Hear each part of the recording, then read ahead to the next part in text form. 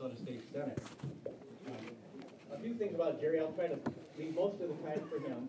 But a few things. He's been a friend and neighbor for about 15 years, and you don't spend a lot of time around the barbecue or out on the deck without picking up some feelings about someone's politics and what's valuable to them. His political philosophy, from what I've gathered, is that he believes in the rule of law. Jerry's an attorney. But Jerry believes in the rule of law. If you want to get him really rancored, you start talking about cronyism or talk about a report in the paper where something like this has come up. And I found that I never say the word Hillary or Hillary Clinton without having a seatbelt on first, because it'll go on for hours. I think he's an ideological conservative who believes that there is a place for government, but that place should be very well circumscribed. It shouldn't crowd out the other civil society institutions that we rely on, whether it's our church or our clubs. And in this respect, he really not only talks the talk, but he walks the walk. He's deeply involved in our community as a volunteer. He's a president of the Lions Club. He's been an instructor for the NRA, a gun safety program. You can look at his resume if you got one on your chair. He's currently on the VPOU board and has been a volunteer for many years. He's been on the board of United Way. He's been on the board of the Anna Marie Foundation.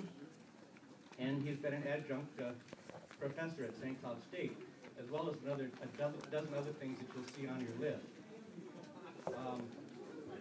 I think overall my feeling talking to Jerry is that he believes that the less government, the better, and also the more local government, the better. And I think that's an important point now with some of the things we've been talking about earlier today with the immigration status. We really need to be talking about local control of our city and our community. When John got up to give us his report on the Senate, he brought up the fact that his difficult task is to sit up there and talk about our conservative values in front of a heavily Democrat and very progressive legislative body. And the minute he said that, it just struck me that, at these conversations with Jerry, I realized he's the only person I've ever run into that I can't beat in an argument, and it drives me crazy.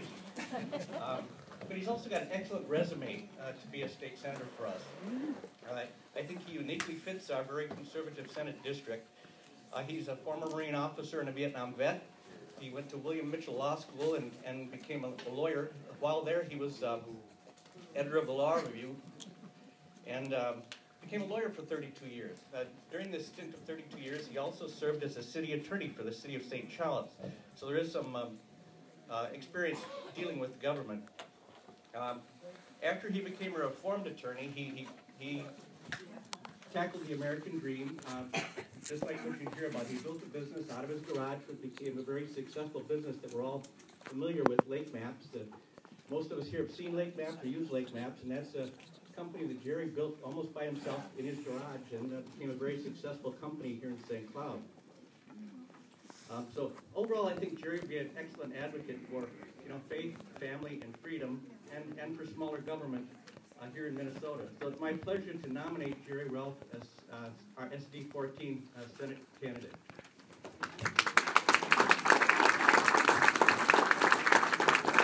Steve. He's got 3 minutes. Oh, do we have a second? Second. Thank you.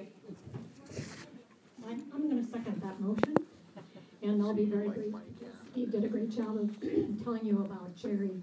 I serve on the board. My name is Elda Bateman, and I serve as secretary of the board of VPU Youth, working with Jerry, and I've gotten to know Jerry during my term on the board. And I have to tell you, he is quite intelligent, very energetic, very compassionate about what he believes in.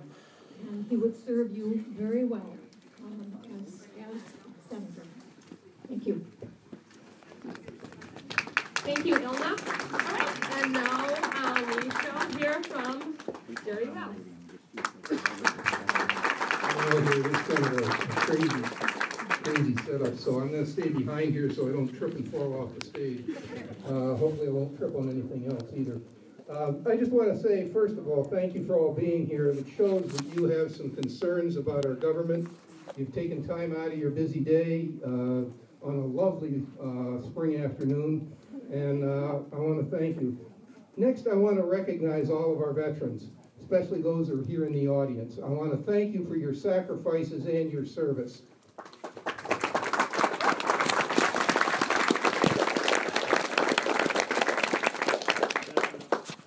Over the past couple of months, I have tried to talk with most of you here in this room and also with many people in the district. I feel that this is important as my preparation for becoming your state senator. I need to know what you are passionate about, the issues that you feel are going to be important and that I can have an impact in the Senate over. I've also tried to spend the time to let you get to know me a little bit. A lot of you didn't. Hopefully you do now. And I tried to give you the idea of who I am. Let me just quickly describe myself. I am a strict constitutional conservative. I believe that our forefathers had a brilliant idea about 200 years ago, and that was very simply that the people shall govern, not the government. So we have a constitution of enumerated powers. That means the government can only do what the people say it can in that specific document. And I believe that that is what we need to keep in our minds and return to. We have lost that in our government. It has become bloated and unable to respond to the will of the people. Now, I just want to talk a minute about candidates. And I want you to think about who you want to represent you and who you want to run against our Democratic opponent. First of all, do you want someone who has built a small business, who understands what small businesses face? Do you want someone who has taken the time to speak to people, who is energetic, person who has the maturity, knowledge, life experiences, and the intelligence to face tough issues and make tough decisions? Do you want a candidate that has learned about the issues? For example, we have federal mandates that are going to force the early closing of the Becker power plant. As a state senator, I need to be concerned about that. We have a broken MNsure system, which has been referred to, but do you know that in a recent audit, it is determined that over $270 million of payments were made to people who were not even eligible for the program? And you have people here in the audience that are concerned about the fact that somebody kind of hid the weenie. That if you receive payments and you are eligible for them, that when you die, the government's going to come and take your heirs' property. Yeah, if you've been told about that, that's one thing, but you weren't. There's another issue that has come up and has been brought to me by the people that I've been talking to again. We have a problem with getting care for veterans, and the problem is, and those of you who are involved in the medical field will know this, that the VA hospital here in town cannot exchange records electronically with the hospital or the clinics. And the VA is sending patients to these clinics and hospitals because they're full.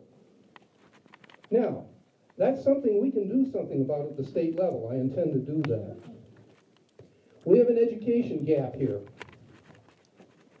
And one of the reasons is that the federal government has tried to take control of our education system. I want education returned to the local school boards, and I will work to do that. I want teachers to be able to teach to higher standards, not become standardized under federal law. I'm going to just wrap up very quickly here. Some things you should understand. I believe in the sanctity of life, from the unborn to the aged. I believe in our Second Amendment rights. I believe in faith and family. And as a candidate, if you send me to the Senate, I will represent you with vigor, intelligence, and concise reasoning. I will dedicate myself to this district.